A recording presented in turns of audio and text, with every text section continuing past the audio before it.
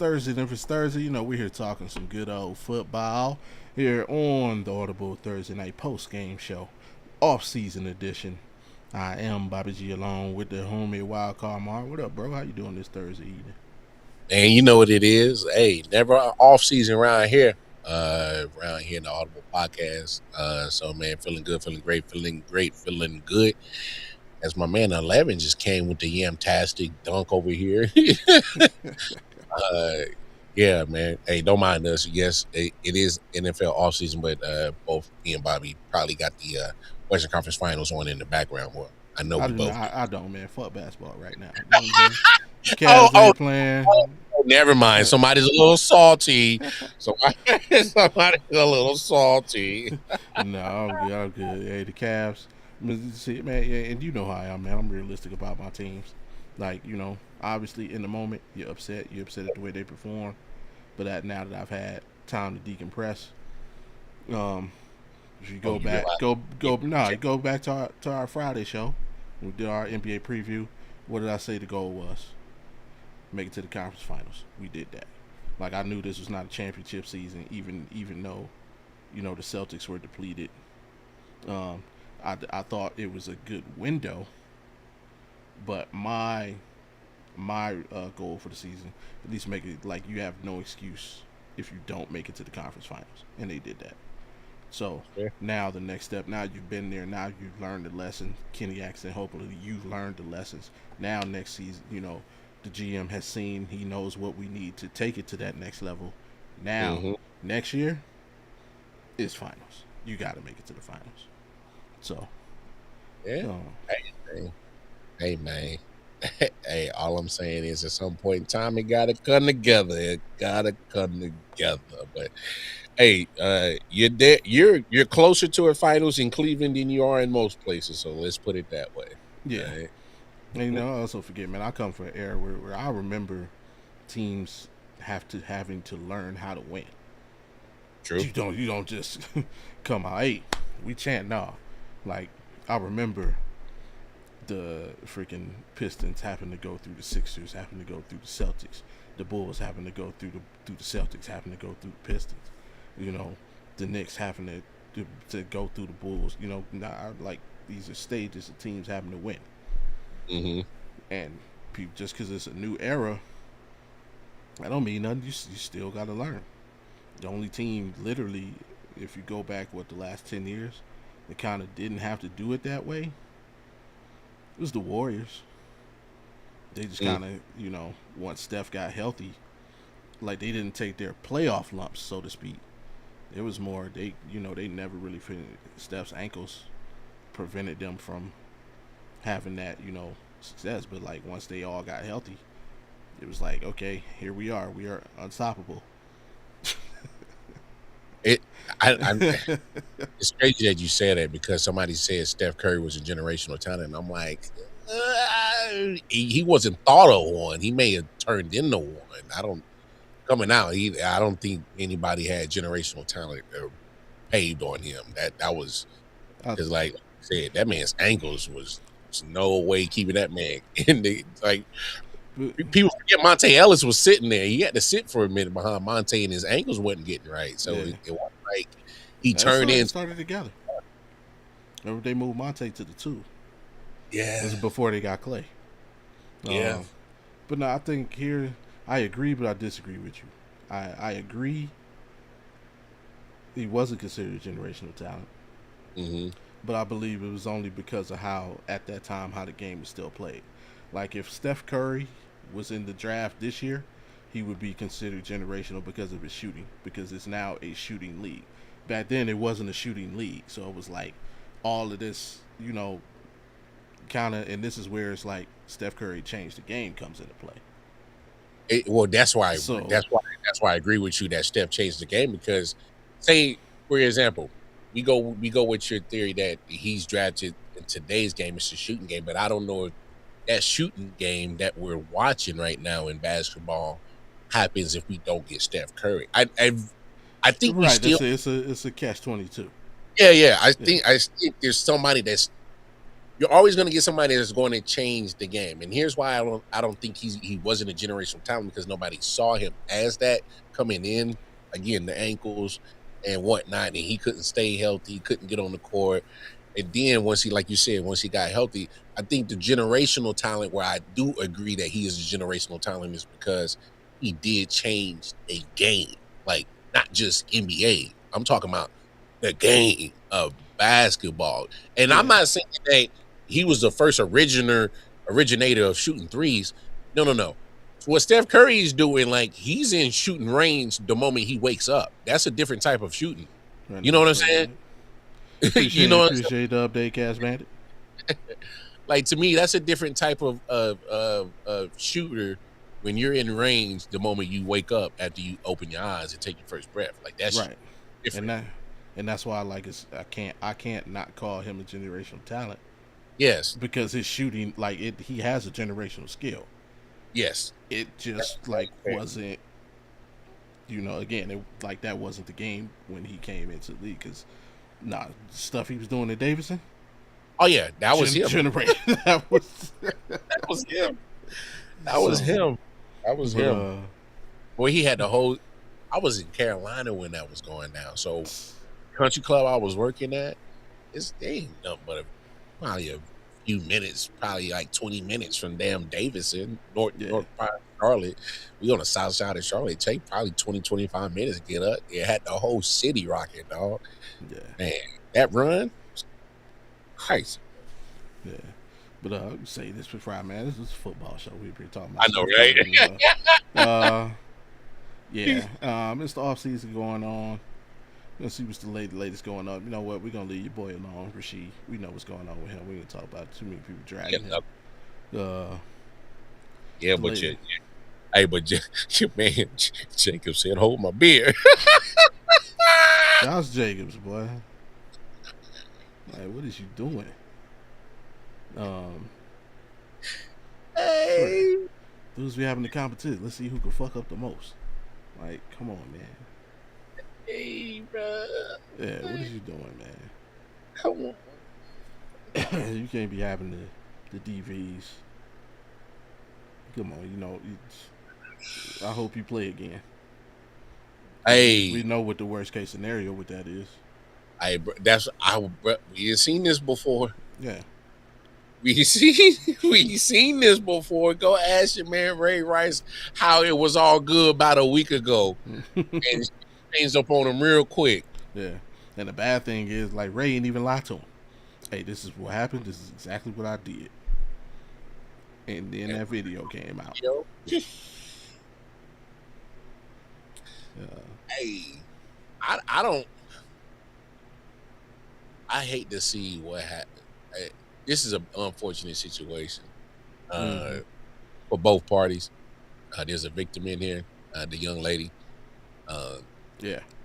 So that's unfortunate. She has to deal with this. Absolutely. That's part of her memory of life for the rest of her life now. Yeah. And you're looking at the counts. They're talking about strangulation and all this. Yeah, it's definitely not a good look, sir. Not a good look for you, Josh. Hey fellas, my guys. All right, when you start coming in, well, this is. I think we need to stop waiting till they professional athletes. All right, fathers. Yeah, help me out. Fathers, help me out. All right, let's teach our men to keep them hands to themselves. Fathers, mothers, let's teach our young ladies to keep their hands to themselves. All right, I'm playing both sides. That's all. I'm not talking about this situation. I'm talking about just in general. Keep your damn hands to yourself. Let's start right there. All right, everybody. All right, let's keep your hands to yourself. All right, boom. Now that we got that established, fellas, when you start coming to this situation where you gotta, you're starting to hit a path where I might got something with this. All right, start getting your camp around you. I'm talking about your peoples, not your yes men. I'm talking about your peoples who's gonna always tell you the real and not fake the funk with you. You know who those are, because you end up sometimes every now and then arguing with them. You know why you argue with them? That's because they gonna give you the real. They gonna give you the real. All right. So get that situated. But come on, man. When you realize all the sacrifice, all the hard work, energy, blood, sweat, and tears, the cliche that you've invested to get to that point, come on, dog. We gotta smarten up. Like, is it worth throwing all that away for a moment? Like, Mm. I it's a moment. You can't let a moment ruin all the hard work you did, and you jeopardizing your future. Yeah. And you put a Like, stain on your family name, bro. if has Yeah, so much, you know that name on the back of your jersey represents more than just you. I ain't talk to him, brother. Yeah, It's man. crazy. I was talking to my son about that earlier today. Mm. And, on to some happy subjects. For today, we got some off-season grades, so I figured we'd go through them, see if we agree, disagree, and what's going on. And it's only fair since we are both fans of AFC teams. We starting the AFC. Let's do it. Starting the AFC East, the Buffalo Bills. The notable additions, of course, they added DJ Moore, Bradley Chubb, CJ Gardner-Johnson, D. Alford, TJ Parker, and Davidson Igbenusu. The notable losses: David Edwards, two offensive linemen, David Edwards and Ryan Vandermark. Their off-season grade is a B. Mm. So, how you feeling about Buffalo? Is that right on there? Yeah. I probably, I don't want the Buffalo haters to come here and think I'm hating on. I think they, you know, they still could have done some improvement, as in when it comes to getting younger, and especially on the defensive side. Mm-hmm. Uh, they that's just always kind of been my knock on them. I'm like, when y'all gonna get younger on the defensive side? Because I see that y'all keep loading and loading and loading on the offensive side, but Yeah. okay. But is that going to stop somebody on the in playoff time? Because y'all end up in shootouts. So yeah, that's all. Yeah, that's the only concern I would have if I was a Buffalo fan. Yeah, I agree with you. My only concern, you had Bradley Chubb, but the biggest thing with him is can he stay healthy? That's been the question Mhm. for him for his entire career. Big facts. Yeah, if he's healthy and he's on the field, he could be very productive. And we all know that the Bills definitely need some help on the defensive side of the ball. Um, what up, Rod? Shout out, bro. Standing Um, with so, offensively, I like the addition of DJ Moore. He would probably be the most consistent receiver since Stephon. So, yeah, which is a shame that I'm still surprised they couldn't get that Stephon thing to work out. That was yeah, your legit. That was your legit one. But yeah. okay. I also think he'll be a better, I don't want to say role model, I guess mentor to Coleman. So I can see him having a better influence on him, and maybe helping in his development. Keon Coleman, right? Keon Coleman. Yeah, Keon Coleman. Yeah, Yeah, yeah. I'm just glad they didn't give up on the young fella, because y'all got him first thing and first pick in the second round last year. yeah, Had some flashes rookie year, and I don't know what the hell happened last year. they was benching, bro. So I don't know if that was a Sean McDermott thing, but he's no longer there. So we'll see what Joe Brady does. Hopefully, Joe Brady can start getting the best out of him, because I think the guy does have talent. He just got to get cultivated right. yep. Uh, so yeah, I'm cool. I'm solid with that grade for Buffalo. Let's go on. Next up, we got the Patriots.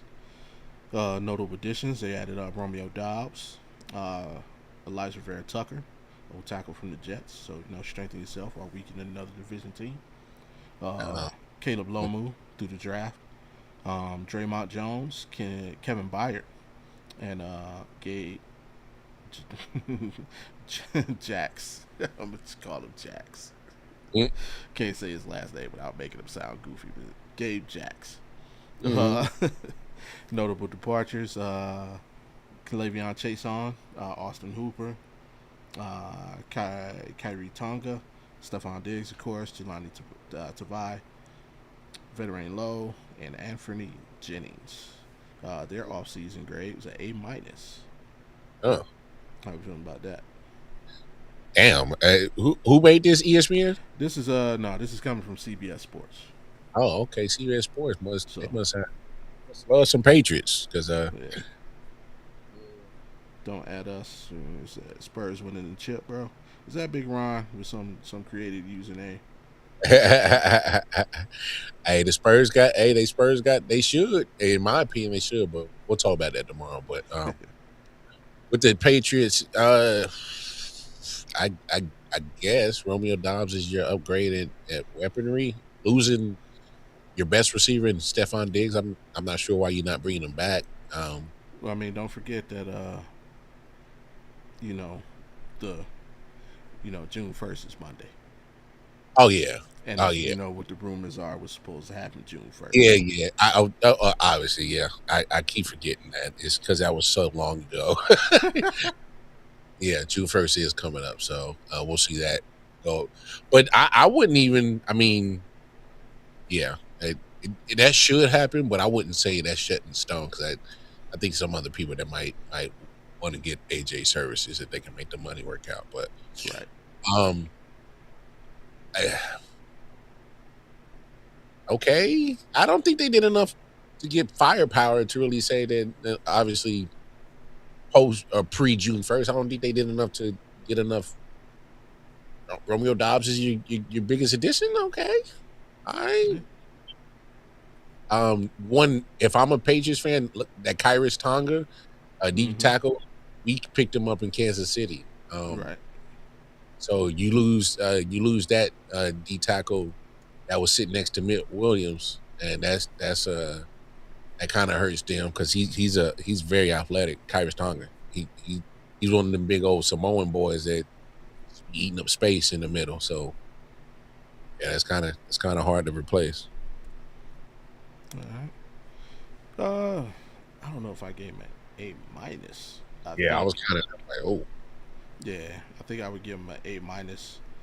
I was if post June 1st. If that goes down post June 1st, I think I'd give him an A minus. But as it fair, stands, fair, yeah, fair. yeah, we got Vera Tucker, kind of see Bradley Chubb like he's a solid lineman, but when he's healthy, you He's know, healthy. yeah, and his thing has been staying healthy. That's why, it's usually the only reason good linemen find free agency, right? Uh, Facts. um, I like the Dobbs pickup. Um, for some reason, Austin Hooper's just kind of like a solid veteran presence, so I'm not a fan of that loss. So if you find a way to keep him, you work that out. I like the addition of Kevin Byard. He's getting up there in age, but And he again, knows Bengals defense. right? Again, veteran presence. Uh, and for a team that was just competing for the championship, you want more veterans than youth per se. So I'll probably give him a B plus. Uh, man, yeah, and they gave Dobbs 68 mil, 4 years, 68. Um, I remember Yeah, he's gonna be wide receiver too. That's who's gonna, well, potentially to who, but they also got your boy Jennings, right? no. Jawan Jennings went to Yeah. Minnesota for your deal. Uh, well, never mind. So we're gonna He see how it work out. he outplayed his hand. He was asking for too much, and people was like, "Nah, bro, you asking for it. Top of the market wide receiver 2 money, and you not even that, bro." Yeah, hey, I mean you gotta get it when you can, though. You know what I'm saying? Like, And he should have did that 2 years ago. He waited too late. all right, uh, go ahead and get that up there. There we go. Who's up next? Miami Dolphins. Miami Dolphins, of course, notable additions. Quarterback Malik Willis, Caden Proctor, Jalen Tolbert, Tutu Atwell, Chris Bell, Caleb Douglas, Chris Johnson, and Lonnie Johnson Jr. Notable departures, of course, Tua Tagovailoa, Tariq Hill, Jalen Waddle, and Bradley Chubb. Overall, offseason grade C. And all I can say is understandable. Yep. I mean, you bring in this quarterback that you think could be the future of your franchise, and then you give away every single weapon that you have. Like, I Oh, we'll mean, give you a chain though. make it make sense. Like, but I mean, they did try and retool through the draft. Chris Bell, who for all intents and purposes should have been, if he was healthy, would have been the first round pick more than likely. Um, yeah, you pick up Caden Proctor, so hopefully you have your left tackle of the future. Dolphins clearly in rebuild mode, but They acting like they not, but they sure look like yeah, it. yeah, like my thing is, I just hope Malik Willis gets a legit opportunity to show what he can do, and I hope it works out for him. But I agree with the grade. I give him a C. I think he'll get the opportunity because they're going to get that coach that opportunity, and then he pretty much they both came from Green Bay, so um, I think they'll give both the coach and the quarterback time, especially if you just gave that time you just gave Tua and McDaniel's time to try to get it right. Yeah, you got to be patient with this one. But they got an ownership problem down there. Ross is he's not probably the best one to use as a blueprint to run your NFL franchise. I wouldn't use Stephen Ross as your example for that. Uh, but yeah, if you can get that sit, ownership situation kind of to finally just butt out and get out the damn way. Hopefully, this might be the situation right here with the hiring of the Green Bay coach. I forget his name, and bringing in Malik Willis. So, Yeah, um, Matt LaFleur, uh, was it Green Bay coach. yeah. What's the coach that got the job with Miami? He came from Green Bay. He was on the floor. See, says it here in Argo, blah blah blah. Don't need blah blah. How you not gonna put the coach's name I know. I got I'm you. terrible. Bro. I'd be bad with people's names and shit, bro. Jeff Halfley. Yeah, there it is. Um, and he was their DC, Yeah. and but obviously seeing Malik Willis in practice on a regular basis as a DC, Yeah. as your scout QB Mm-hmm. behind and then of course he started when Jordan Love got hurt, so Yeah. he's. I think he has faith in him, and then He yeah. actually led the league. He led the league in completion percentage of passes over 20 yards. So I'm He was like 14 of 16 passes over 20 yards. and that's pretty damn good, right? So if Jeff is smart, he just kind of just let's try to recreate something close to what Malik saw in Green Bay, and I'll still control the defense and I mean, obviously during the draft free agency, they had a lot of positions they needed to fill. So hopefully they did it because they lost a lot. And they Yeah. lost a lot, but they got some draft picks, obviously for Waddle for sure. So we'll see what's up. Next up and wrapping up the AFC East, the New York Jets.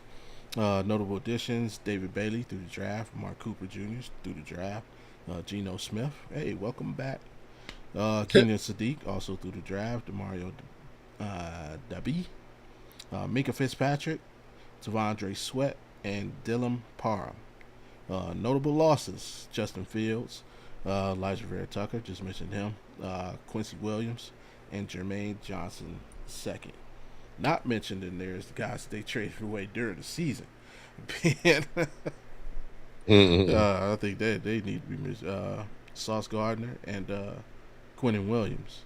So Mm-hmm. pretty big losses. Their overall offensive grade though was an A, and I'm kind of trying like I'm not mad at it. I I get it. I think they did what they were supposed to do in the draft. Was add another playmaker for Geno to have, and tight end, number one overall tight end, and of course you get the good edge rusher in David Bailey, and get him another target, Omar Cooper Jr.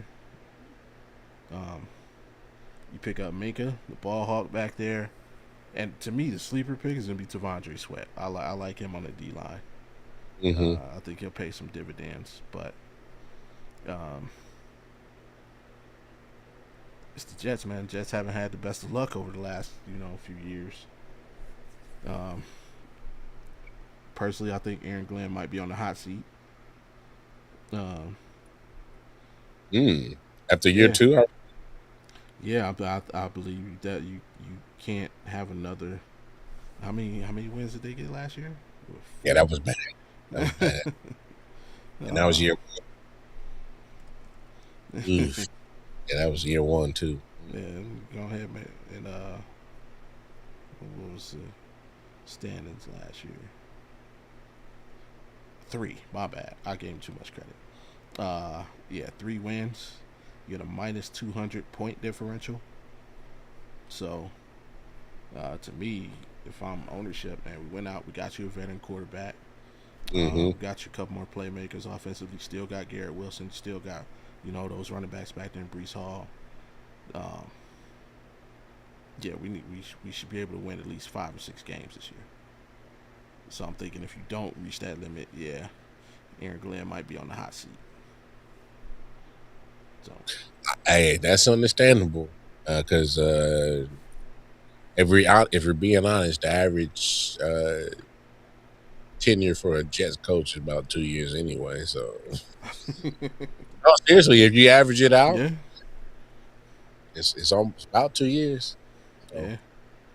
I mean, I think the only saving grace is if uh if you got kind of handshake agreement to be able to pick your quarterback. It might but yeah, because that you could know be like you said. That's the same race. You like, hey, right, let me pick my quarterback. right. Hey, But it's like at the same time we know them handshake deals could be broken, but you win one game and what you talking about? I don't remember saying all that. yeah, he can't go 3-14 again. That's for sure. Don't Uh, do. you good with the A? Because Jets do what they normally do. They have a great draft, but you got to see it translate. Um, so yeah, I'm. It's all good. It's all their problem is always translation from like being kings of the off-season Super Bowl to actually winning regular season games. So yeah, it's all good to have an A. They need to actually have that joint matter. All right. Next up, AFC North, and it's starting off with the Pittsburgh Steelers. Mm, Notable additions: Michael Pittman, uh, offensive tackle Max Iron Anchor, wide receiver Jeremy Bernard, QB Drew Aller, safety Jaquan Brisker, and cornerback Jamel Dean. Notable losses: linebacker Isaac Siomalo and running back Kenneth Gainwell. And of course, I guess we can count it as a notable addition.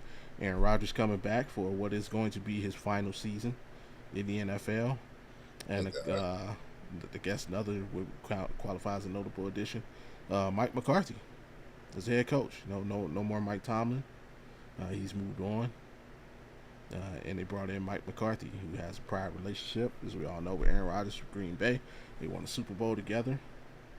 Steelers trying to see if they can rekindle that magic. Their off-season grade is a C plus. I think that to me that's right on target. Mm-hmm.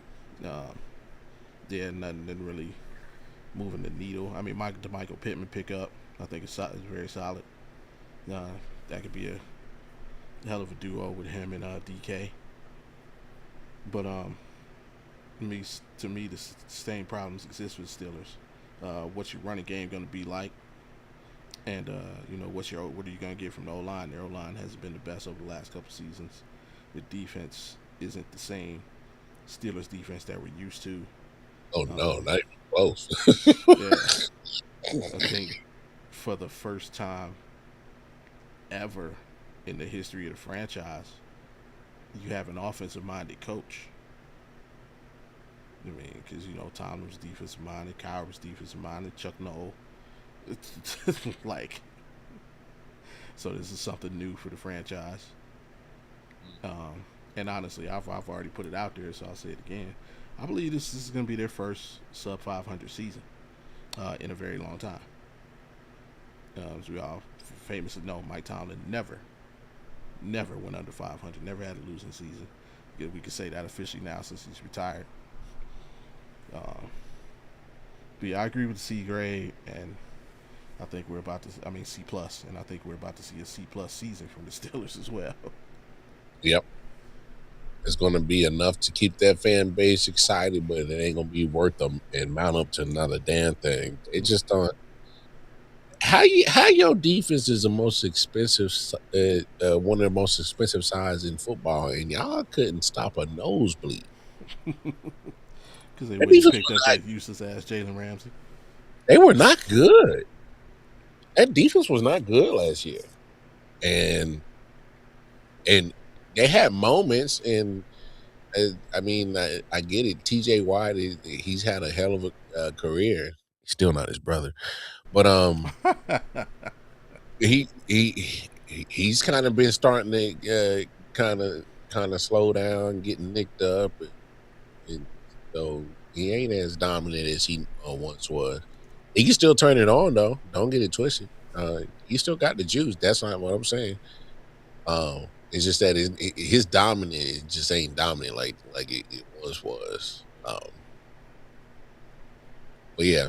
Man, you think JJ is the better Watt brother? Absolutely. You sure? JJ was still getting numbers even on his way out. Once he started getting healthy, he was still getting numbers in Arizona and in his last few years in Houston on his way out. Let me give you see if some numbers will change your mind.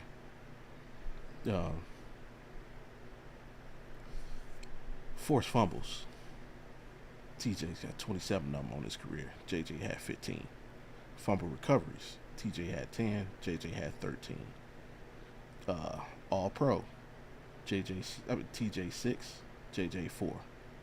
Oh no, all pros. I'm sorry. TJ 5. JJ 4. Pro Bowls. TJ 6. JJ 4. Defensive Player of the Years. No contest. JJ 3. TJ 1. Sacks. J.J. Watt 76, T.J. Watt 96 and a half. Did T.J. got 96 and a half? Yes, 20 more than Big Bro. That's crazy. Interceptions. T.J. Watt 7, J.J. 1. However, that one interception took it to the house. TJ Watt has yet to return an interception for a touchdown. All right, well, hold on. Where's my SWATs at? My pass deflections, because we talking about JJ SWAT used to be SWAT on the front line, and he used to do Kimbe Mutombo homies, dog. Like he was a problem, dog. Let me see if we got anything. Damn, I didn't know TJ. Yeah, TJ's like that, man. Gave him the nickel bag, gave him the double, gave him the dime bag on bro. Said, nah, bro, I got 20. Damn. Okay, TJ. Well, here you go. Passes defensed. JJ 47, TJ 45. So they're like neck and neck. Really? Yeah. TJ got that many swats? Yeah. That's crazy. Remember, here's what we got to keep in mind, though. TJ's really a linebacker. JJ was he was a true defensive end, so he was hands in the ground every down. Yeah. TJ stands He's up a lot. Yeah. Yeah, because they were still running 3-4 in Pittsburgh. Yeah. Yeah. So I mean, really the only area JJ dominates is the defensive player of the year, which is, and it's also worth mentioning, TJ has played 16 more games, so basically he's up a season on JJ, but 20 and a half sacks. It's crazy. Yeah. Hey, but if that's up a season on JJ, let's not act like JJ couldn't get the 20 sacks, though. Facts, big facts. Yeah, no, he could.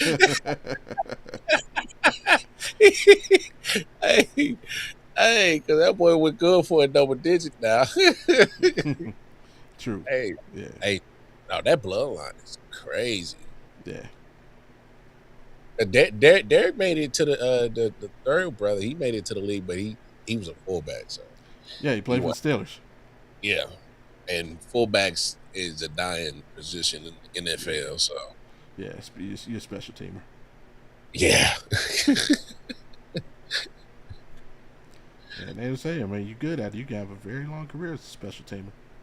So hey, enough to put some commas and some zeros in the bank account. Heck yeah, I'm about tempted to teach my son how to long snap. Boy, you know how many years you can play in the NFL? You can snap the ball. Yeah. That's it. Matter of fact, you ain't got to go to college or nothing for that. You can literally just show up. Training camp invitee. Hey, bro, it's practice. Mm-hmm. That's crazy. All right, but I'm assuming you agree with the C+ grade. Yeah, they ain't doing nothing special. All right. Baltimore Ravens up next. Notable additions, of course, Trey Henderson after the botched trade with the Raiders. That shit wasn't botched, bro.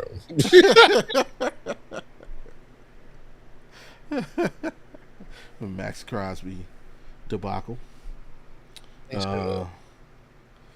Next, we got the best. Some people consider the best lineman in the draft. Olivia Vega Ione, Penn State. Also picked up Zion Young, Jacoby Lane, and Calais Campbell. Bringing him back. Was this year like 27 for Calais Campbell, bro? Hey, he's a big man though. Yeah. Notable losses: Tyler Linderbaum, arguably best center in the game. Isaiah Likely, one of your better tight ends, and Draymond Jones, linebacker. Overall offseason grade B. I don't know. I might slide him down to a C. I think losing Tyler Linderbaum was that damaging.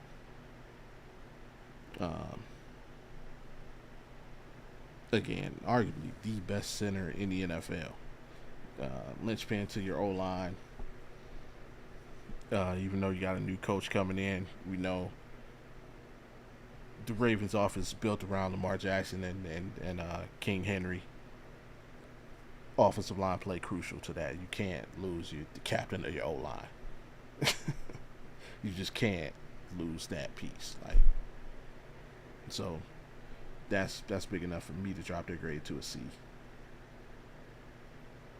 Hey, I don't hate it. I probably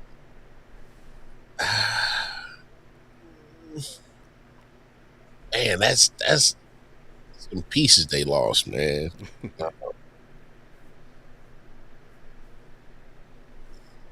Oh no, I'm I like Trey, but he's older, yeah, and not like Max is a spring chicken, but he's younger than Trey, at least by what 2-3 years. Yeah, and I mean he's clearly the better player. Yeah, obviously the numbers are obviously there, and so I just think they once they realized, like, damn, that's a lot of draft capital to give up. Oh no. So that wasn't no debacle. That was and Hey, man, y'all really want to do this? we need them picks back because we got to give up picks and pay Brody. Yeah, that's what that was. Yeah, so I yeah I'm rocking with you on the C because it wasn't nothing crazy. Cincinnati Bengals also given a B. Notable additions, of course, defensive tackle Dexter Lawrence with trade with the Giants. Also defensive tackle Jonathan Allen.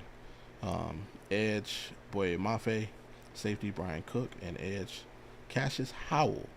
Notable losses: Trey Henderson, who we just spoke about, safety Geno Stone, and edge Joseph Osai. Overall grade B, like I said.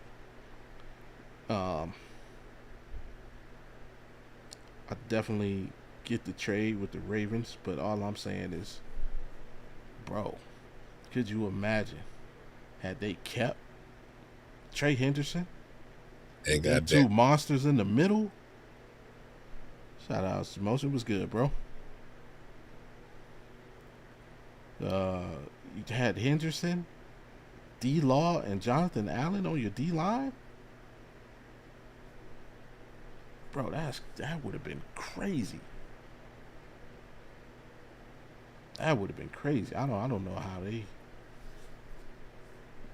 how they let that. I mean, I'm still like having them two guys. Remember, last time they went to the Super Bowl, the defense wasn't the best, but the one thing that they had is they had your boy DJ Reader, who's controlled the middle of the defensive line, which allowed them to get pressure and allowed the secondary to play probably above what their personnel was. Yeah, they kind of recreated that now. Instead of having one guy, you got two guys in the middle. No, Jonathan Allen, when he's interested in football, is a monster on the D line.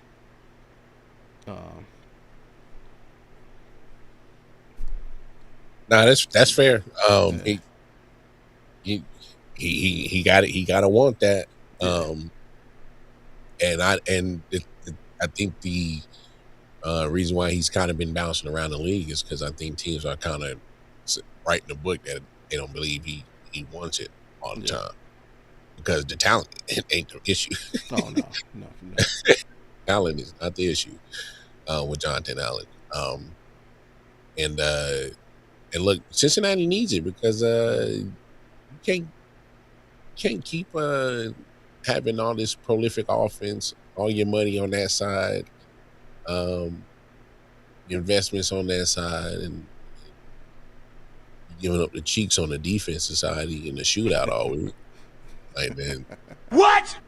I'm just like, come on. And now that Joe Burrow has missed the playoffs 3 years in a row. Has it? Yeah. Yeah.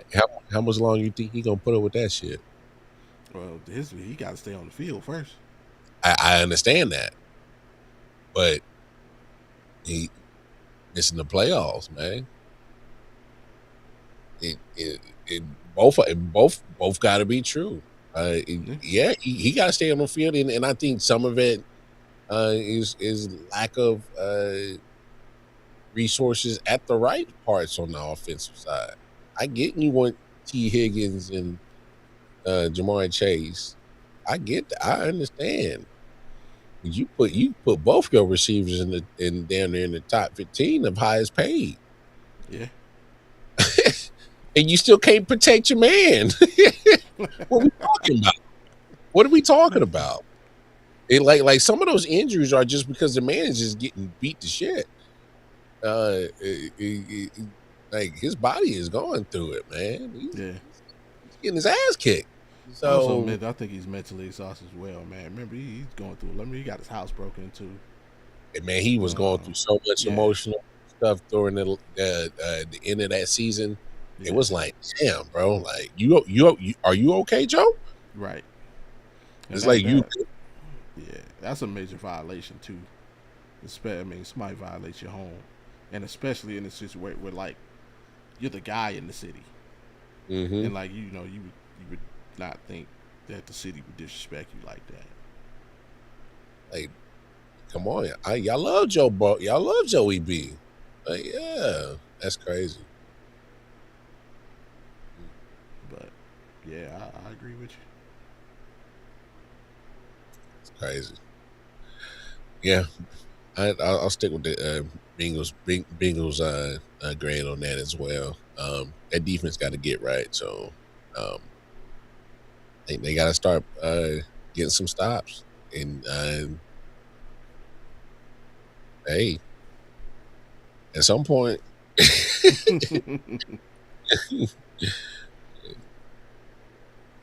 Yeah. Of course, last but not least in the AFC North, the Cleveland Browns. Notable additions: offensive tackle Spencer Fano, wide receiver Casey Conception, wide receiver Denzel Boston, left guard Zion Johnson, center Elton Jenkins, tackle Titus Howard, linebacker Quincy Williams, safety Emmanuel McNeil Warren. Notable losses: tight end David Njoku, lineman Joe Batonio, lineman Jack Conklin, lineman Wyatt Teller, linebacker Devin Bush, and running back Jerome Ford. Overall offensive grade A minus. Um, I agree with Dolph with the grade A minus. Only reason I wouldn't move it up to an A. I wish we would have tried to keep Devin Bush. Devin Bush was coming off the best year of his career. that's exactly where I was headed, bro. Yeah, I wish we would have tried to keep him. The price that we lost him for doesn't seem Worth it. that unreasonable. Mm-hmm. Um, That's what I meant. Like, it was like, come on, bro, you could have paid yeah. that. However, every addition that we made, not only was it needed, I feel we got the right people in place. Like, um, I like Fano coming into the draft. Of course, during the process, I kind of changed to was my guy out of Georgia. I forgot his name, but to him. But I wasn't mad at the final pick. I was also a fan of Casey Conception. Mm-hmm. Denzel Boston, not so much, but at where we got him, not mad. Um, was really a fan of Manuel McNeil Warren, and again, getting him where we got him, tremendous value, especially if he pans out. Uh, the way we rebuilt our line, we got three solid veterans, so happy about that. Um, and honestly, the linebacker out of Alabama, Justin Jefferson, I think he can replace. Shout out to Ipsic. Where's AJ Brown going? I think we all know where he's going, but we're gonna see if it's true Monday. um, I think he can replace Devin Bush. Obviously he's a rookie. Devin Bush was a veteran. You'd like to have that, but what he's been showing in OTAs, today he had a pick six. Like he can become what Devin Bush is, but it might take him a couple seasons versus having Devin Bush like right now. Uh, but I agree with the A minus. It would have been an A if we'd have been able to keep Devin Bush though. Yeah, you. Or get Todd Simpson. I was a fan of Todd Simpson. Hey, dog. Sorry, Shadorians. Hey, why you got? See, what am I supposed to say? Do you just poke the bear like that? That crazy. No, hey Browns. I think like always. Similar to the Jets, always make some good acquisitions in the off season, and we're just hoping that it can just translate, um, and translate into more W's. That's all. Mm. We got to see it translate. That's all. So, but I agree. Solid grades for sure. And I'm gonna put something else into the universe, and I truly believe it. I'm going to put out there, and this will not be the last time I say it, but this will be the first time. I believe we are going to have the defensive rookie of the year again. this season. It's possible. I'm telling you, man, this kid Emmanuel McNeil Warren, Yeah, he gonna be like that. yeah, I think we have our version of Kyle Hamilton. Yeah, that's the comp I was kind of really Yeah, reaching at. I was like, he might be that. He yeah, might. he's 6'3".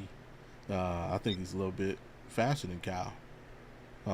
But obviously he's got good ball skills. He's a ball hawk, and Instincts. yeah, and for him, a lot of people is you know gonna use the small school. I mean, he chose to stay at Toledo. Toledo. He chose. Yeah, he could have went to a plethora of Power Five school. He chose to stay. It went by the NIL. Right. He chose to accept the challenge, and Yeah. still damn near got picked in. Should have been picked in the first round, but I'm glad he wasn't because he found his way to Cleveland. So, who's next up? AFC South. AFC South. First up, Jacksonville Jaguars. Notable additions: tight end Nate Borkercher, defensive tackle Albert Regis, running back Chris Rodriguez Jr. Notable losses: running back Travis Etienne, of course, and linebacker Devin Lloyd. Their overall offensive offseason grade: D. D, motherfucker, D.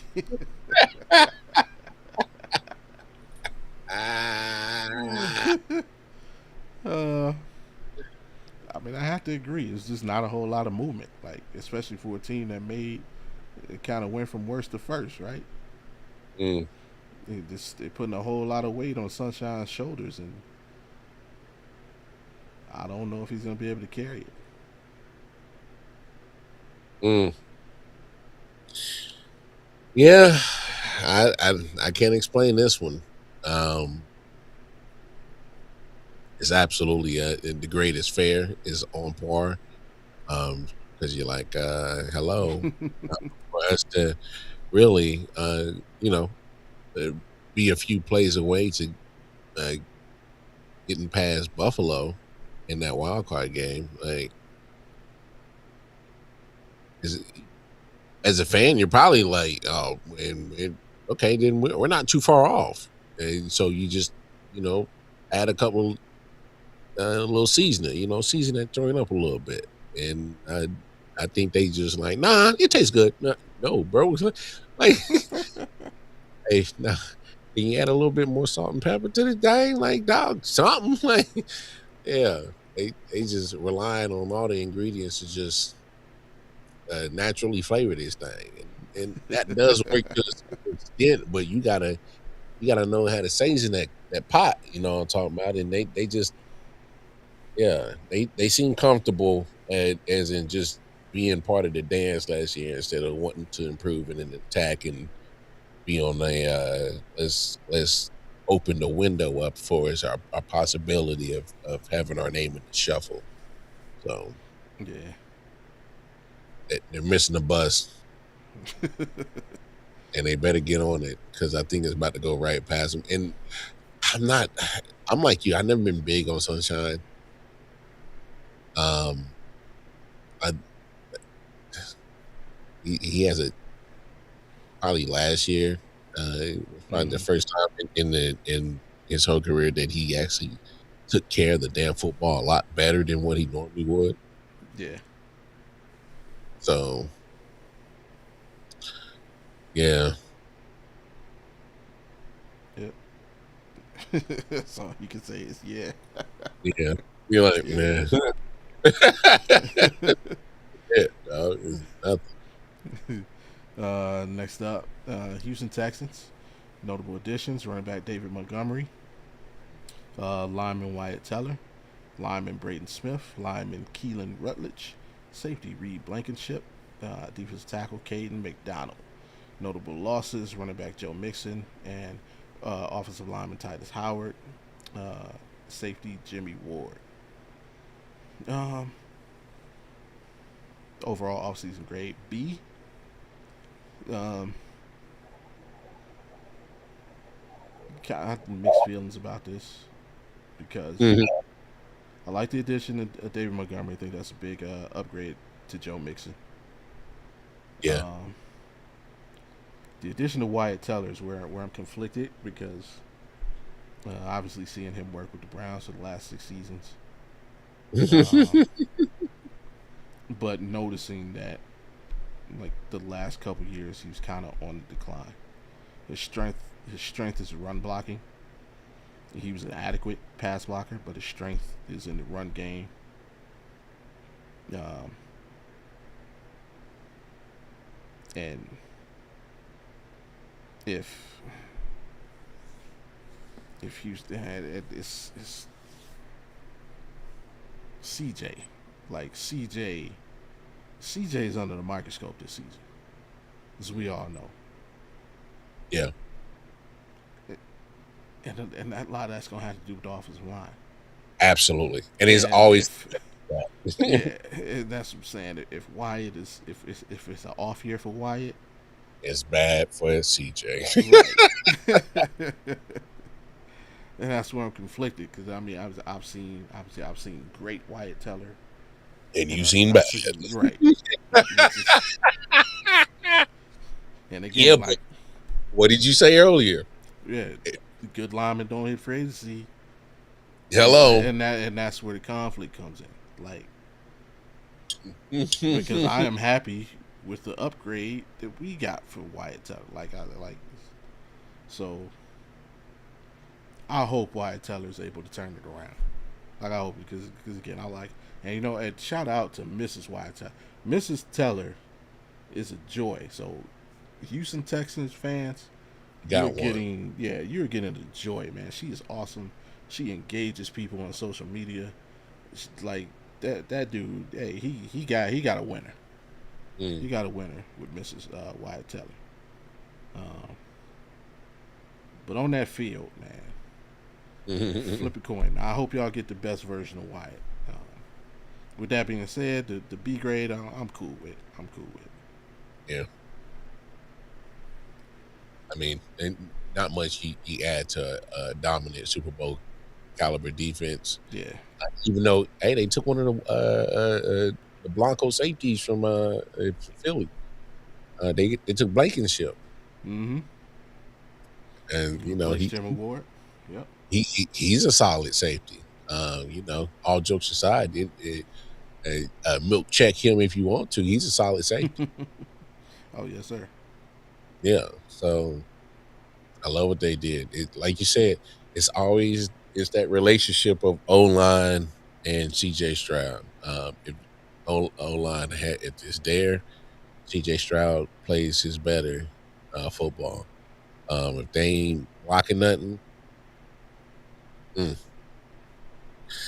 yeah, you gonna get the repeat of that playoff run.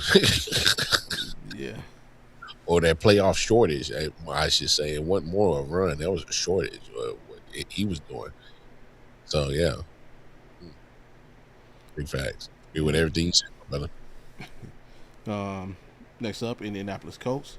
Notable additions, linebacker C.J. Allen, safety A.J. Halsey, defensive end Arden Key, linebacker Akeem Davis Gaither, wide receiver Nick Westbrook, Akeem. Notable losses, Michael Pittman, mentioned him earlier, linebacker Zaire Franklin, edge Kwity Paye, tackle Braden Smith, and cornerback Kenny Moore. Overall offseason grade, C+. I honestly would have to put the Colts that. I'm sorry. I would have to downgrade that C+ to a D. Oh, damn. Kenny Moore to me is a hell of a loss, man. He's one of the best. The guy can play in the slot, play outside. Again, you lose your right tackle. You lose Zaire Franklin, who's an underrated linebacker. And you lose Michael Pittman. Like you just lost. And I don't think you replace these guys with equal talent. Not only that, you just gave Daniel Jones damn near $100 million. Oh my goodness! 2 years, $88 million. Sheesh. And you gave Alec Pierce, who I thought was one of the better receivers in free agency. I didn't think he was $114 million. Lord, Like you paid that dude. And um, shit Pittman on said, nah, we rolling with Pierce. right. Um, and I think he just barely hit over 1,000. I think he was like 1,055 yards. So it wasn't like he went for like 1,300 yards. Like, uh, yeah, I want to put the Colts in the categories. What is you doing, baby? Damn, what you doing? Like, Nah. I can't even hit him with the Jay-Z. I see your vision, mama. Put my money on the long shots. Nope, I do not see this vision. This is y'all either about to look like geniuses or y'all about to look absolutely crazy. Foolish as hell. Yeah.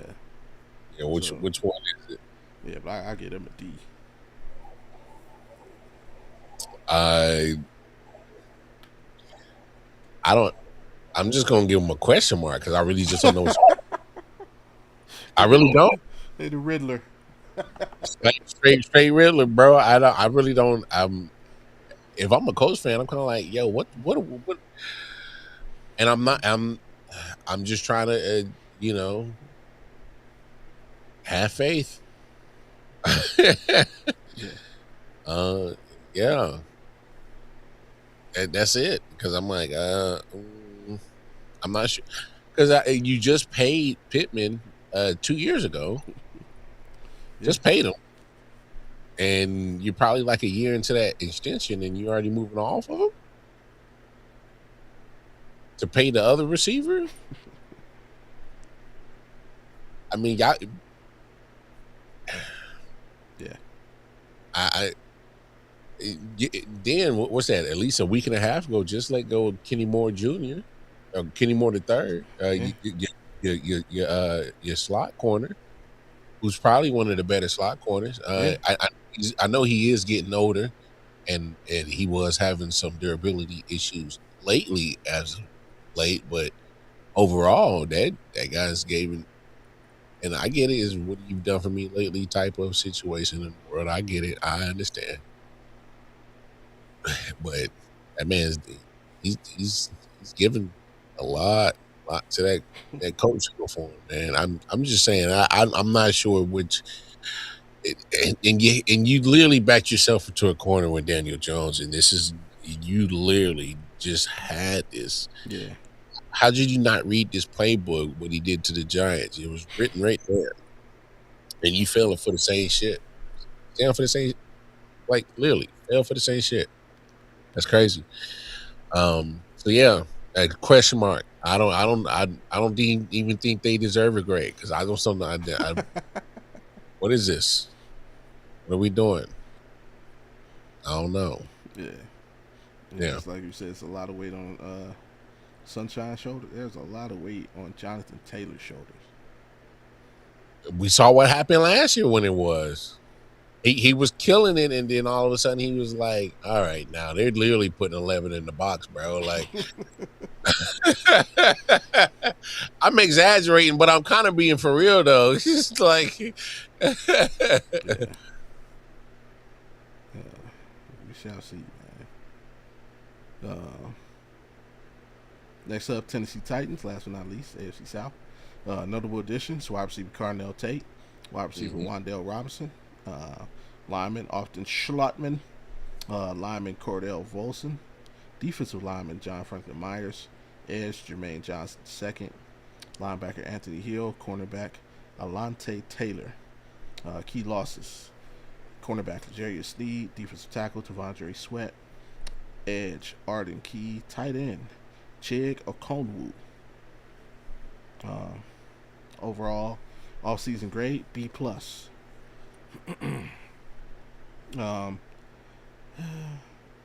I'd probably agree. Maybe slide it down slightly to a B because again, I mentioned earlier I like Tavondre Sweat. Wish they could have found a way to keep him. yeah. But you get your young quarterback a couple of targets on the outside, and never can be mad at that. You bolster your offensive line, can't be mad at that as well. Robert Saleh showing that he might have learned his lesson from New York. He got his young quarterback, and initially they built the defense before they kind of built, gave him some weapons this time, doing it the inverse. Give your young quarterback some weapons, then build up this defense. So kind of like that. Uh, yeah, I'll give him a B. Hmm. Well, I think it's almost as if they they did the necessary things to kind of improve the team, Mm-hmm. but it wasn't like, oh my gosh, such a huge splash.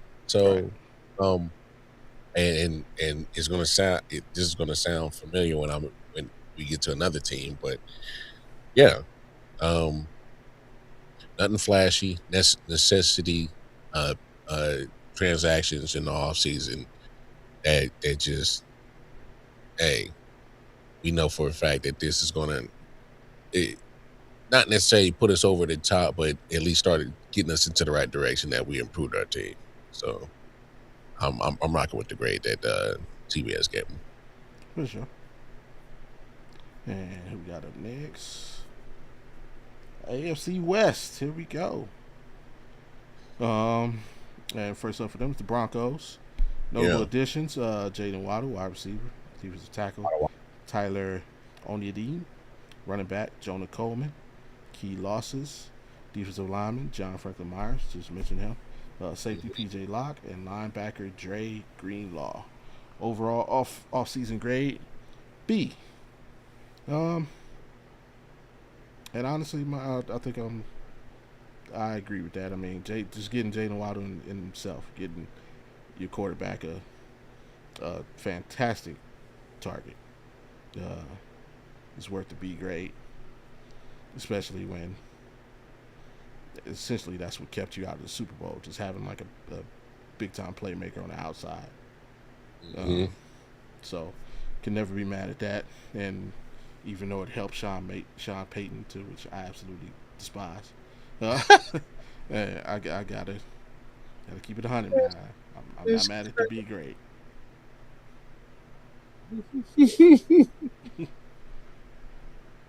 I can no the hate the man and still be fair. Broncos did all right. I well okay, Broncos fans,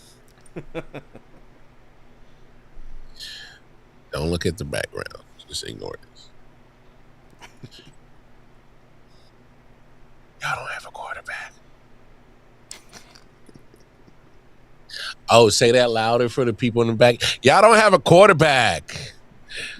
I don't believe in Bo. Okay. I don't believe in Bo. I just don't.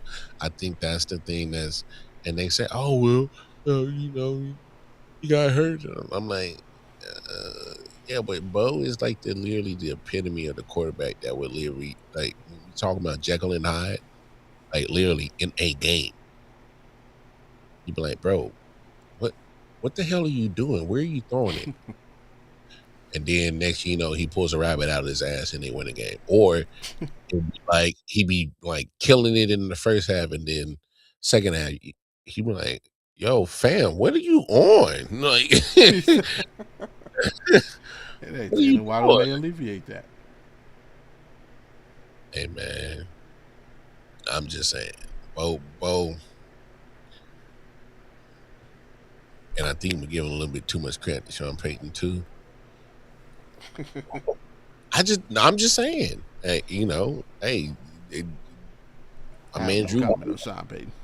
my man Drew Brees was bona fide before he got to New Orleans, bro. Like, only reason why he ended up in New Orleans is because that shoulder injury. Yeah. Miami pulled back. They was like, nah, we're too worried about it, and we don't want to take a risk. But it's like, no, man, it like the dude was killing it. It somehow they just didn't want him in San Diego. The management was being goofy. Like, the man was literally throwing up damn near 4,000 yards in a run first NFL. That wasn't just offense. Like, he had LaDainian Tomlinson, the Hall of Famer. He had a running first minded coach, Marty Schottenheimer, who was going to run the shit out of LaDainian Tomlinson. And he was Well, still damn near putting up 4 racks. Drew put himself in that situation. Remember, he had the bad year. and they I was know. like, "We I got know. Phillip Rivers right here. Let's." He did. And then he just, he kept He's Phillip like, on the oh. bench. He's like, oh. You want you're gonna get my replacement, and I'm not showing signs that I'm a scrub. Oh, okay, okay, no worries, no worries. And then just proceeded to become one of the most accurate, prolific, accurate quarterbacks in all of history. Yeah. Like, Here's the question I pose to you as a non-believer in Bo Nix: mm, Can Jalen Waddle do for Bo Nix what JSN did for Sam Darnold? are we putting JSN and Waddle on the same level, same tier? Until last season, yeah, I believe so. Okay, Like JSN, like coming in last season, I know that you that wasn't you was nobody was like, oh, Jay, like I it was he was a solid guy. we saw flashes, but we see a lot of flashes from Jalen Waddle That's that too. that's what I'm saying. Okay, So that's fair. That's fair. That's what I'm saying. I can see on the same level. That's fair. Okay. Um, and Waddle does primarily play out of the slot. That can help him too. yeah, Um, does a lot of the same things JSN does. he does. Uh, hmm. Here's my only problem. Okay, The success that Jalen Waddle had was because the accuracy that Tua did. Probably one of the only attributes that Tua was great at was the accuracy. And you got to be accurate on that. Slot receivers playing in the slot, like because you off here, you getting your wide receiver killed across the middle.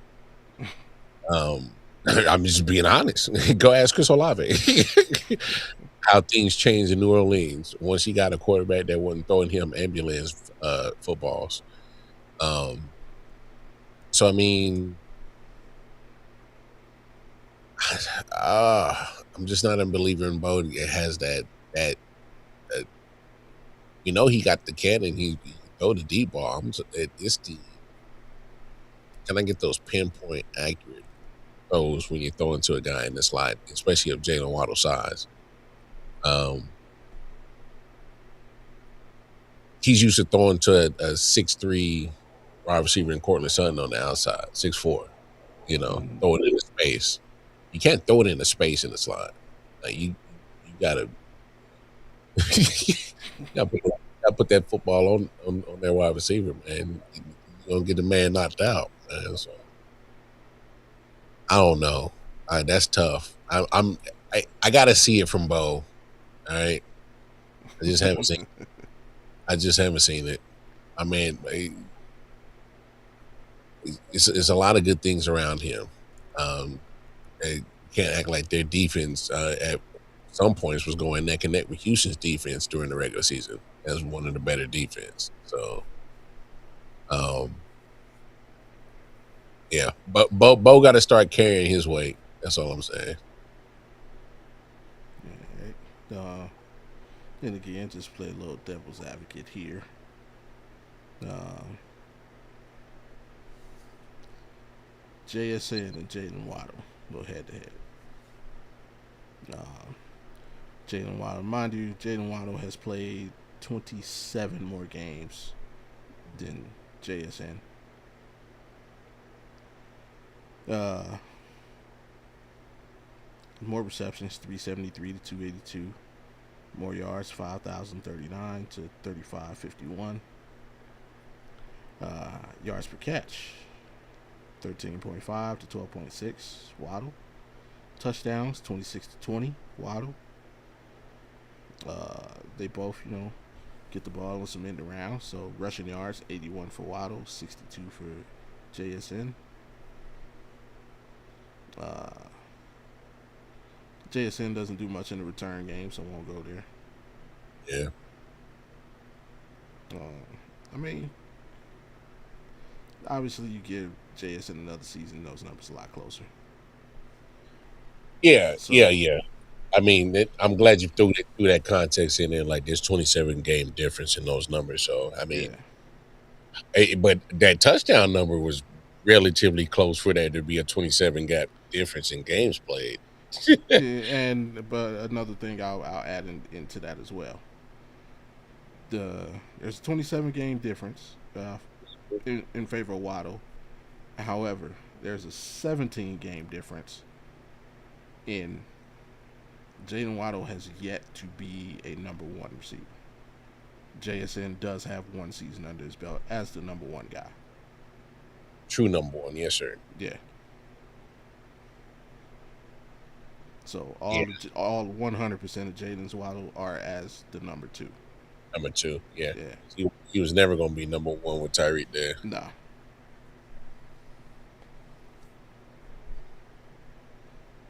Yep. But good luck to the Broncos. Broncos. Gotta get that hatred out your heart, Huh? man. Next up, the Los Angeles Chargers.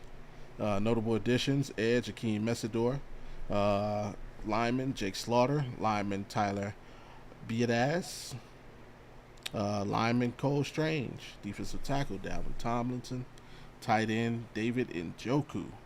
Notable losses: edge Odafe Away, lineman Zion Johnson to the Cleveland Browns, yay.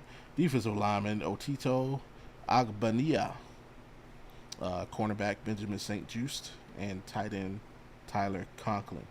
Overall offseason grade B. Definitely, I mean, I like the moves that they made to the interior line. Biggest question for them is, unfortunately, last season they lost both starting tackles. Mm-hmm. So the key is obviously going to be them returning to full strength and obviously staying healthy for the season. But if you add those two, the additions that they made to the interior linemen, not mad at that at all. I like Dalvin Tomlinson. He played for the Browns a couple seasons ago. Actually had a solid season next to Myles Garrett.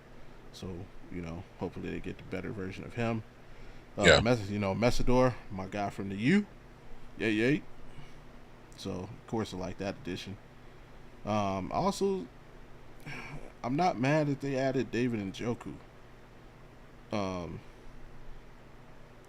Can be productive. Let's say that. Can be productive. Never really hit his max potential. But Duff's still a target. Can occasionally have catch a case of the dropsies. But his athleticism is he's on back end of the clock, so he's losing that season by season. But overall, like I say, the way Harbaugh utilizes tight ends, not mad at it. So he should. I wouldn't be surprised if Njoku was able to have like a 400 or 500 yard season, maybe 4 or 5 touchdowns. Hey, don't do that. He said, "Don't do that." I wouldn't surprise me. That's yeah. And I've been such a big fan of David Njoku. Just waiting for him to unlock it. It's gonna be this year. No. Okay, it's gonna be this year. Okay, it went, and we've been waiting. See, the problem is we had this whole thing with Deshaun Watson. That's. Because that was the only guy he can only connect with, and it's just that. Oh, whoa, that's not good for him. No, like I mean, if Baker hadn't done what he did, he hadn't tried to tough it out and play with the injured shoulder, just sat his ass down, had surgery, took the prove it deal, proved it. Could have played out different, but no, he wanted to go out there and be the tough guy, show he could do that. Went out, played terrible, which then made the team say, "Bro, we're not giving you $30 million a year at the time." Oh, what? The second best quarterback in the NFL is available? Sure, we'll take him over Baker. Maybe like it just, and then it didn't play in Njoku's favor until Joe Flacco came along and he had that one season David Njoku was a monster with Joe Flacco. But yeah, man, he just bad timing for Njoku, man. Yeah.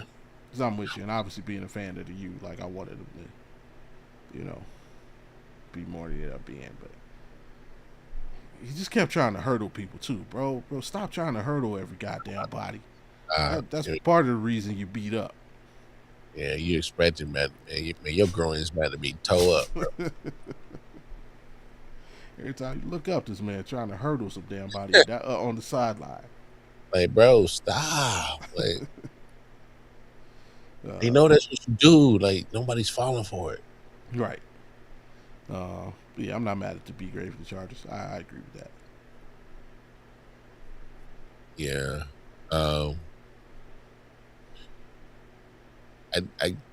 I guess the only question I really got for them in the offseason is why they had to make Darwin James the most high player again. That's really deceiving, though. That's really deceiving. I know. Every GM's doing it now. It's phantom numbers in that shit, but yeah, because depending on how you look at it, like they get average yearly salary, he's 0.1 above Kyle Hamilton. But every other metric, Kyle Hamilton had the bigger guarantee. Yeah. Had the bigger overall dollar amount. It's just instead of 4 years, they gave Derwin 3 so he could get that 0.1. But no, I think the Chargers that was a typical John Harbaugh off season. Yeah. Trying to get tougher, trying to get meaner. I love that they as a football fan, I love that they took the time to get some depth on the offensive line. Like you said, they lost both tackles at some point in the season last year. So let's get some help at this O-line. So that was smart. I love what they did right there. So unfortunately, he said unfortunately. I respect what they did for sure. All right, and then I believe we have one more team to review. I don't know who that could be. You said the Raiders. Let's finish up the West, and you want to get to NFC next week? Yeah, that's what I was thinking. Yeah. No, actually, we got two more teams. Yeah, I misspoke. Let me find my page. But next up, Kansas City Chiefs. Notable additions: Kenneth Walker, Super Bowl MVP; Justin Fields, Mansour Delane, defensive tackle Peter Woods; edge Mason Thomas, defensive tackle Karubis Tonga. The guy from New England.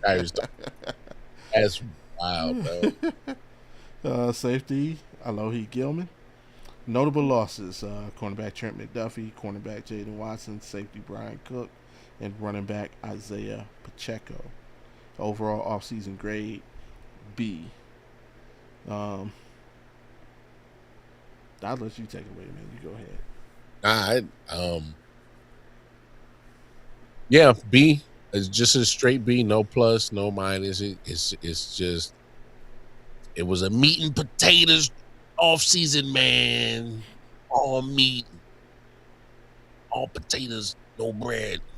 It was a very nitty gritty all season, especially defensive heavy, filling up some gaps. I'm still the one. Leo Chenal is the one that when he let him walk to Washington is the one that's really gonna hurt me. I forgot about that. Yeah, I love Leo Chenal as a linebacker. He wasn't the most athletic, but he was just smart. He's always around the football, and that's the type of players you need in the NFL. A guy that's always gonna be around the damn football on the defensive side. So, gonna miss him.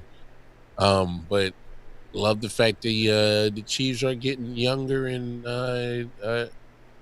on the defensive side, so they're gonna be faster, but it's gonna come with growing pains. There's gonna be some trial and error moments where they're gonna look like they get it, and then there's gonna be moments where they look totally confused. You're going to have to be able to deal with the give and take of dealing with a young roster on the defensive side. But it's going to be talented. It's just going to be young. And Yeah. uh, college reps, D1 reps are not NFL reps. All right. All right. Not everything translates. All right. It doesn't always translate, just so you know. That's not how the world works. All right. That's not how it works. Yeah. But not solid off season.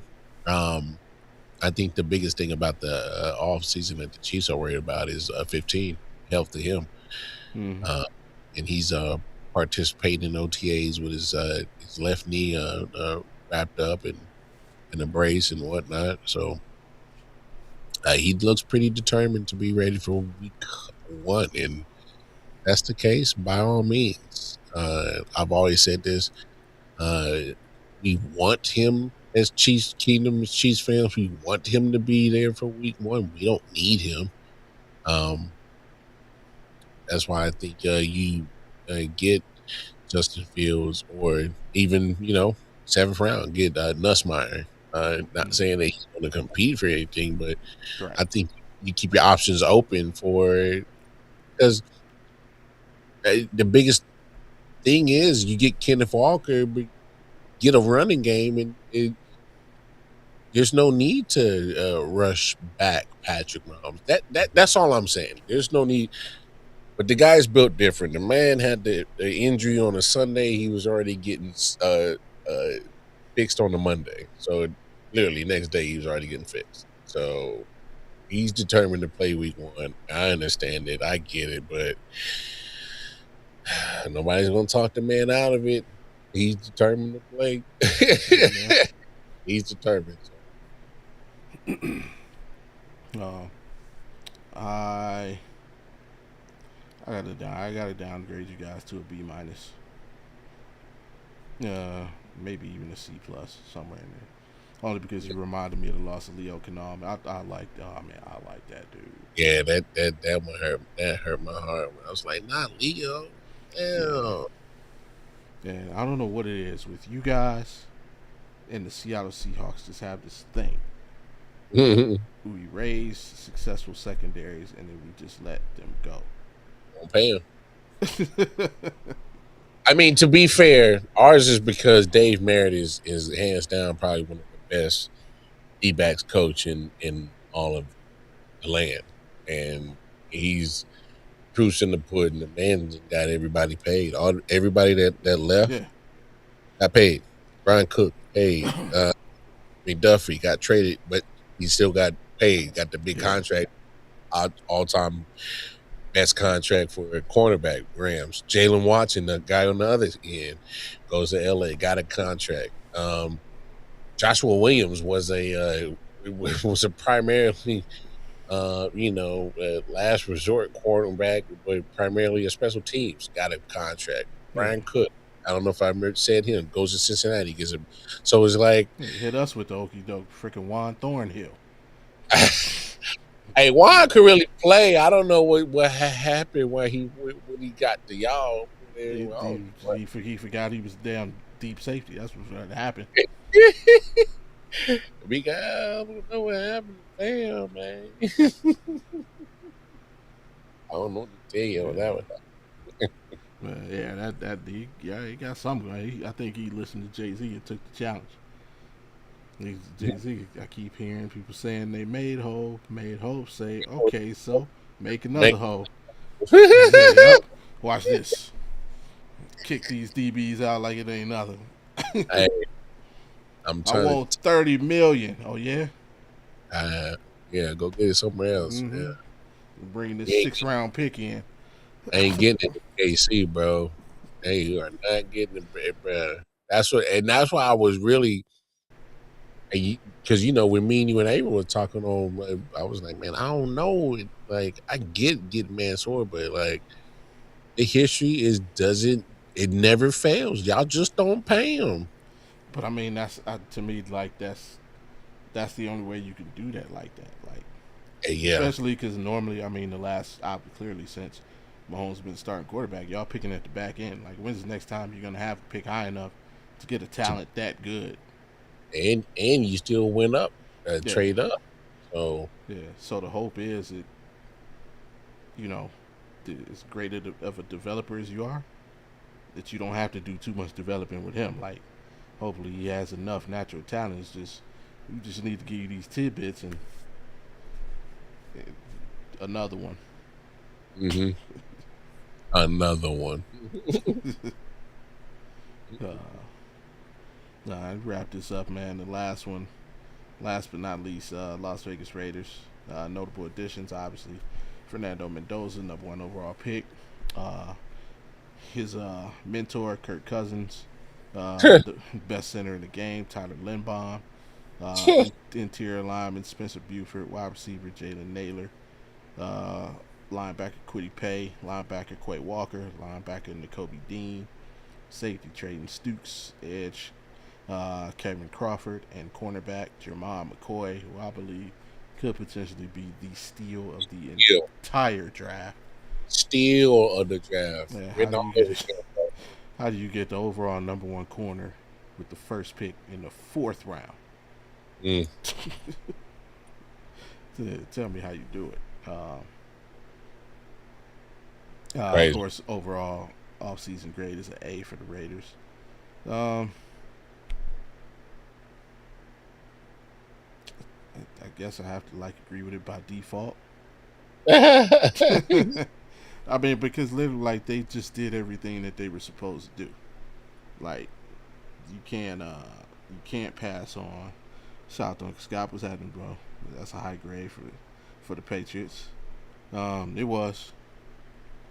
Um, yeah, they just did what they were supposed to do. Like, you can't pass on Mendoza unless you want to get fired as a GM. Because if you pass on him and he goes elsewhere and blows up, that's your job.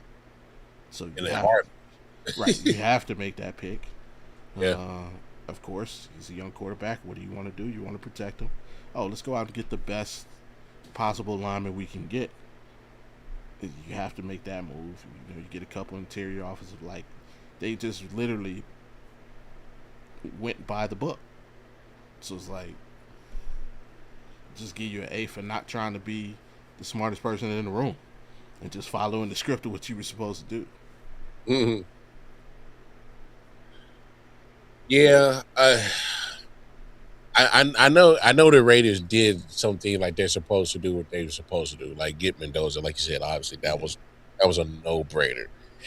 But I was more looking like their off-season moves, like in free agency, more than the draft. Like they went in defensive heavy. Yes. Ty Johnson, another slot corner that they got from Buffalo, which I was surprised at. Buffalo just handed him over. I'm like, damn, did y'all not like Tyler Johnson enough? Like, that's crazy. Maybe I'm missing something. I don't know. Does he have some durability issues? He wasn't playing enough. I don't know. Can't explain that. He was a nice young talent. I'm like, oh, in the slot, and he likes to hit, and he's very handsy as a slot corner, and he makes it difficult for your slot receivers to get open. I'm like, that was kind of what you needed in Buffalo. But yeah, I'm surprised that they let him go. So I'm looking at the Raiders. I think Tom Brady's starting to influence that place a little bit more than what we are starting to are getting from or privy to from the. Because just kind of look at it. The moves are just make good football decision moves. When's the last time you equated that with Raiders? Fair. That's a fair point. I'm just saying, like if we're talking about make good, smart football decisions, you're not gonna jump up and say the Raiders are probably the example of making good football decisions. And just what they've been doing this offseason, it was like, all right, there's a grown up finally in the fucking room. Who is it? Mike Mayock. I ain't trying to get that motherfucker that much, you know. So it's kind of like, all right, and you know, with Brady being who he is, you know, I get it, controversy, but they like to win. They're competitive as hell, right? Yeah. You know, like I get it that the check looks good at being a partial owner, but when everybody are associating Raiders now with Tom Brady ownership group, I think he kind of wants saying like, "Hey, man, you're associating my name with this place now. I ain't trying to have my name tattooed on Bug, no doo doo. You feel me? So I think that influence of Tom Brady and some of the people he's brought over, because remember he brought his trainer over for that TB12 shit. He's under the staff now. Uh, So just saying, I think there's a lot starting to be a little bit more Brady influence on that roster now, for I don't sure. know, man. Are we sure that like Tom and his TB12 trainer aren't more like Hey man, he, Gail and Oprah?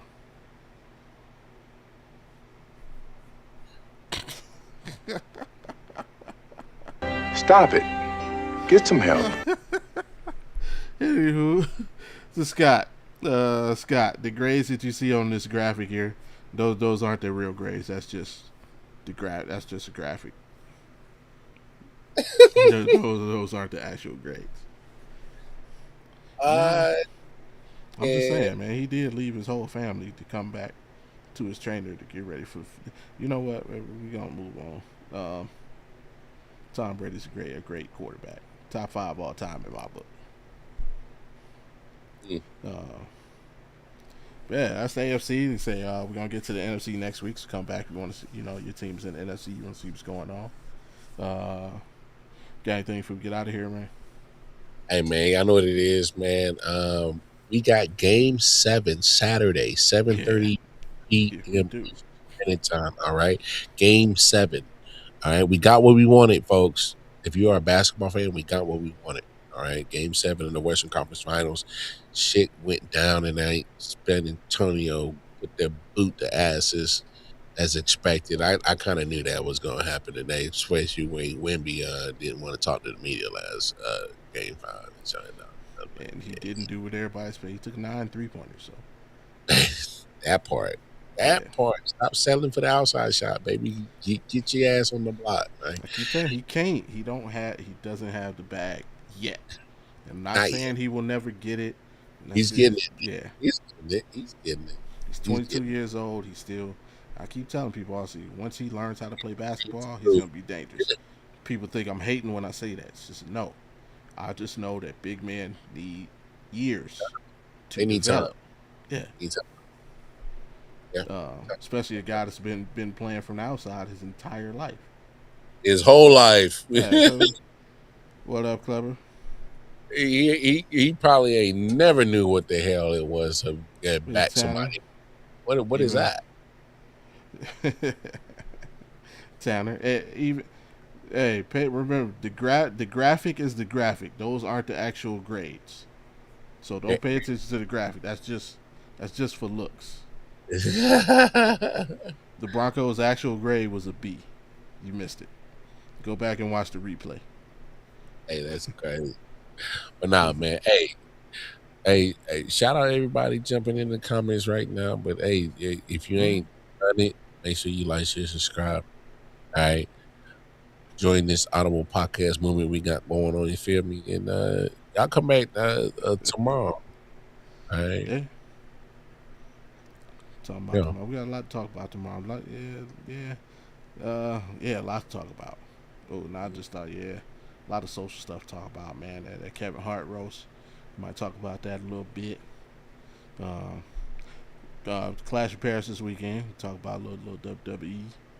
There was something else that happened. We can talk about. I don't remember. I don't remember what it is, but yeah. And of course, before we get out of here, as a matter of fact, appreciate Scott for tapping in, man. Hey, send that healing energy to our boy Scott Cole and his fam, and send some of that healing energy to April, who didn't join us tonight. Got a little little something going on. So send her that energy as well. We'll see her, back in the fray next week with us. So, Sure. Topic of the Audible after midnight. I don't know, man. A lot going on. We're gonna get to it. We're gonna get to maybe viewer's choice. Viewer's choice. That may be it. Oh man. But yeah, appreciate everybody for tapping in. Like the man said, hit those three buttons, man. Like, share, and subscribe. And of course turn your notifications on so you know next time that we're here. It's every Thursday, man, about 9 o'clock Eastern, talking football. And hey, off season is getting shorter. It's getting shorter. We're about to start doing our division previews and things of that nature. Talking a lot about off season training camp. So yeah, it's almost that time, man. But until then, check out the Vegas Golden Knights as we go for our second Stanley Cup, man. Cup. Cooking, bro. They cooking. Yeah, hopefully we can get that done. Brooms to them Avalanche. Brought the brooms to them boys, man. Guys, let's try to, hey, no doubt, Tanner, appreciate it, man. It's all love. When am I gonna be on the buffoons, man? I want to be a buffoon. Nah, man. Shout out to Tanner, doing this thing over there. Sports buffoons. Yeah. Yeah, I hope the Golden Knights can get it done and make up for the Cavs. So. Sir, that's not how. That only works for you. That doesn't. That only heals your sports wound. All right. Well, that's all I care about.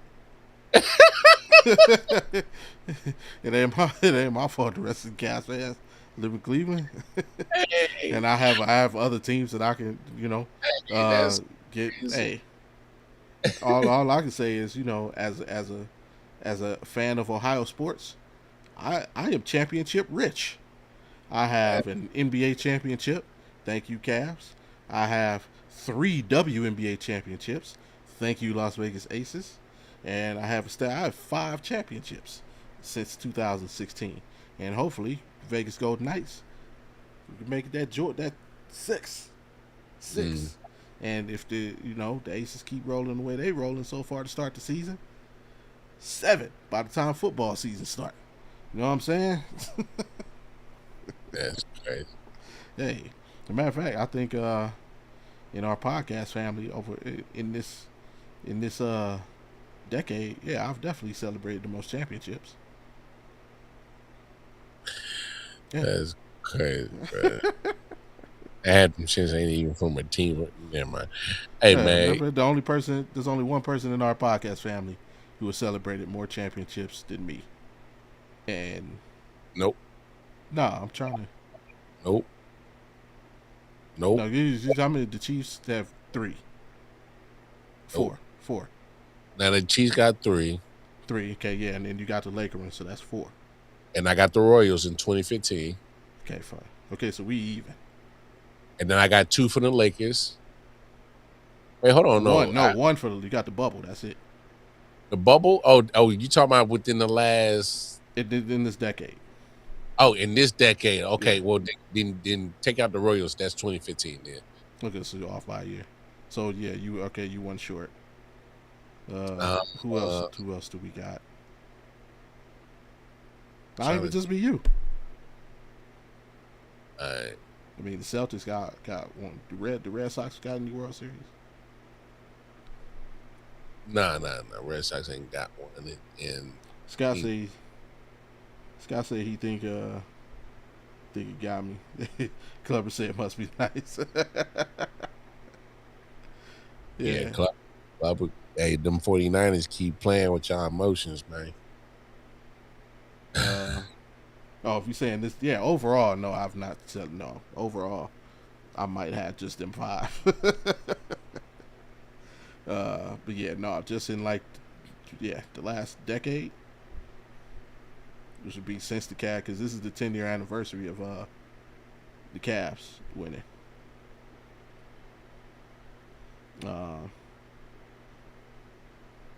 For professional sports, mm-hmm.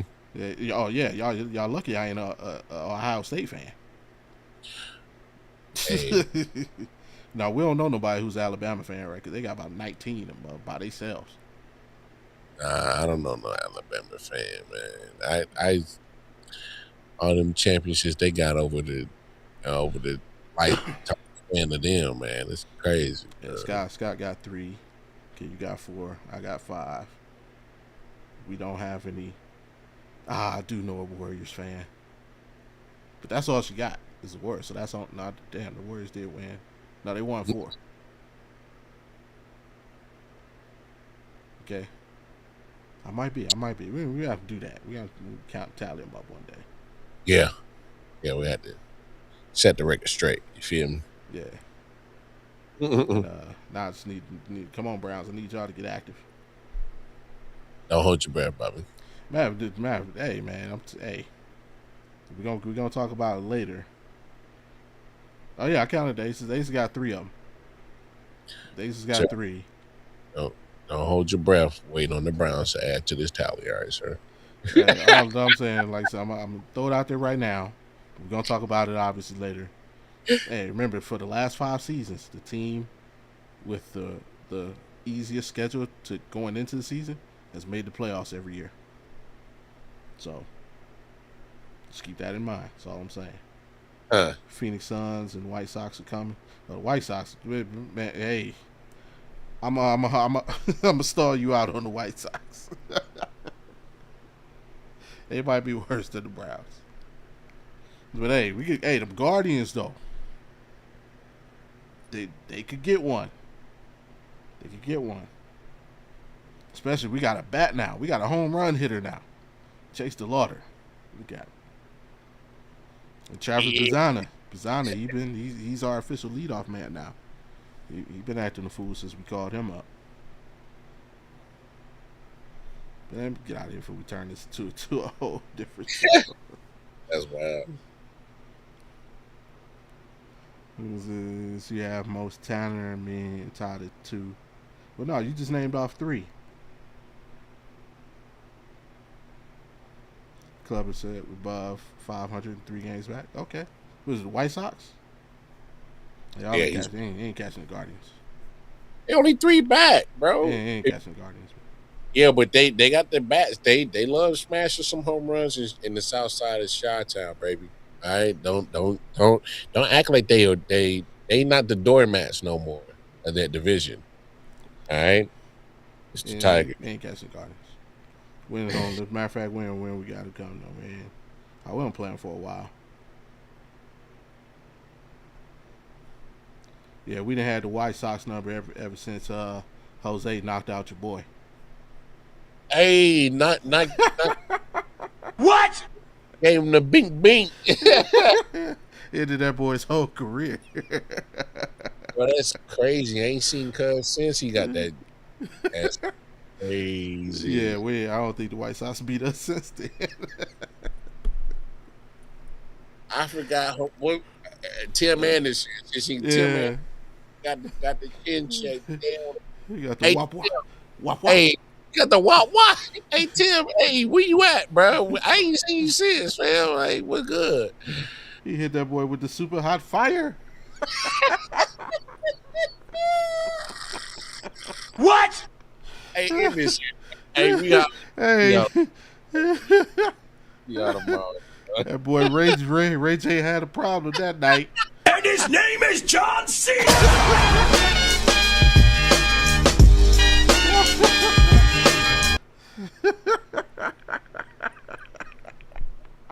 In this shit, bro.